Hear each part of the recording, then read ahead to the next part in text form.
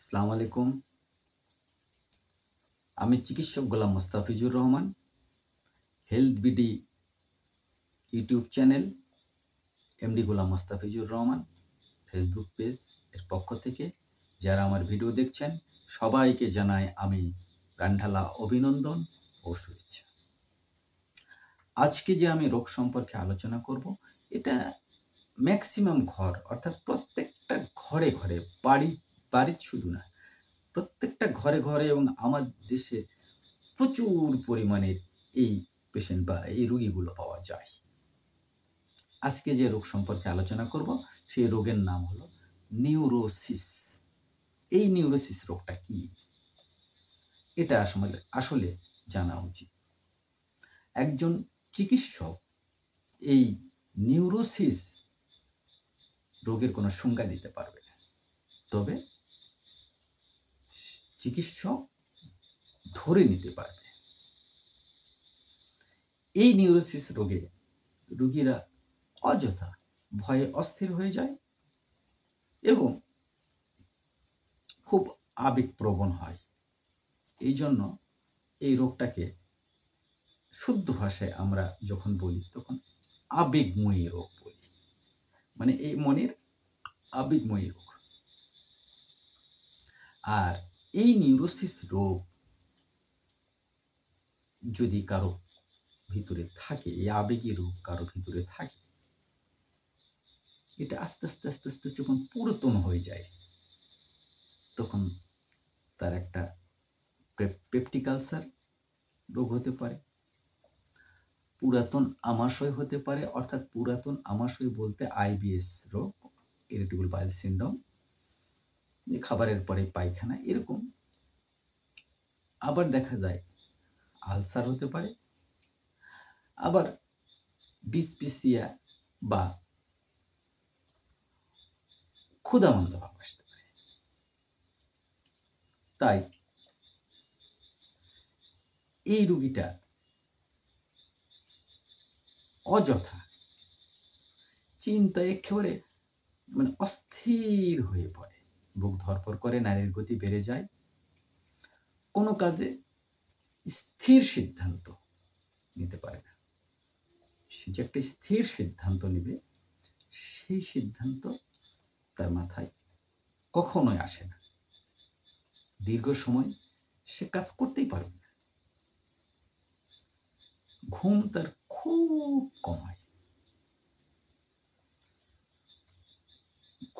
খুব আস্তে আস্তে ক্ষুধামন্দা হয়ে যায়, ক্ষুধাটা কমে যায় এবং ঘন ঘন প্রস্রাবও করে।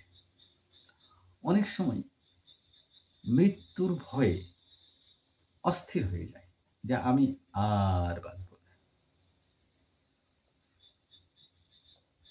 এবং সামান্যতেই অনেক অস্থিরতা দেখায়, মাথা ঘুরে, মাথা ব্যথা করে। এটাও তার শারীরিক কারণে বমি বমি ভাব হয়, ক্ষুধা মন্দা তো লেগেই থাকবে। এই রোগীর ওজন আস্তে আস্তে আস্তে আস্তে কমে যায়। তাই সুস্থ শরীরেও যৌন অক্ষমতা দেখা দেয় এবং এই রোগটা সঙ্গে আর অন্য রোগেরও যুক্ত থাকতে পারে। কিন্তু এই আবেগী রোগের চিকিৎসা দেওয়ার সময় অনেক রোগকেই খুঁজে পাওয়া যায় না। এমত অবস্থায় রোগীর মন ভেঙে পড়ে, তার চিন্তা চেতনা অন্যরকম হয়ে যায়, তার আত্মহত্যার প্রবণতাও বাড়ে এবং সে আস্তে আস্তে মাথার মধ্যে যখন রোগটা পুরাতন হয়ে যায় তখন সে পরিকল্পনায় লিপ্ত হয়ে যায়।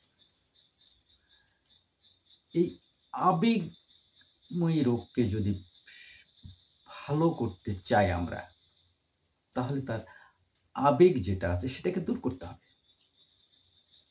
এটা অবশ্যই মানসিক চিকিৎসকের কাছে যেতে হবে। অভিজ্ঞ চিকিৎসক তার আবেগীকে যদি ঘুরে আনতে পারে, তাহলে হয়তোবা সে রোগী সুস্থ হইতে পারে। কিন্তু জানা মতে এই আবেগময়ী রোগী সারা জীবনই তার ভিতরে আবেগ থেকে যায়। তাই তাকে চিকিৎসায়, মানসিক চিকিৎসক অবশ্যই সুস্থ করার চেষ্টা করবেন। যদি উপরওয়ালা তৌফিক দেয়, উনি ভালো হয়ে যেতে পারে। তবে এগুলো রোগী ভালোর দিকটা খুব কমই দেখা যায়। আজকে এ পর্যন্তই। যারা আমার ভিডিও দেখলেন সবাইকে জানাই আবারও প্রাণঢালা অভিনন্দন, শুভেচ্ছা। আগামী দিনের ভিডিও দেখার জন্য আপনাদের আমন্ত্রণ। সবাই ভালো থাকুন, সুস্থ থাকুন। আগামী ভিডিওতে যেন আবার আপনারা আমার ভিডিও দেখতে পারেন, এই বলেই শেষ করছি। আসসালামু আলাইকুম। আল্লাহ হাফেজ।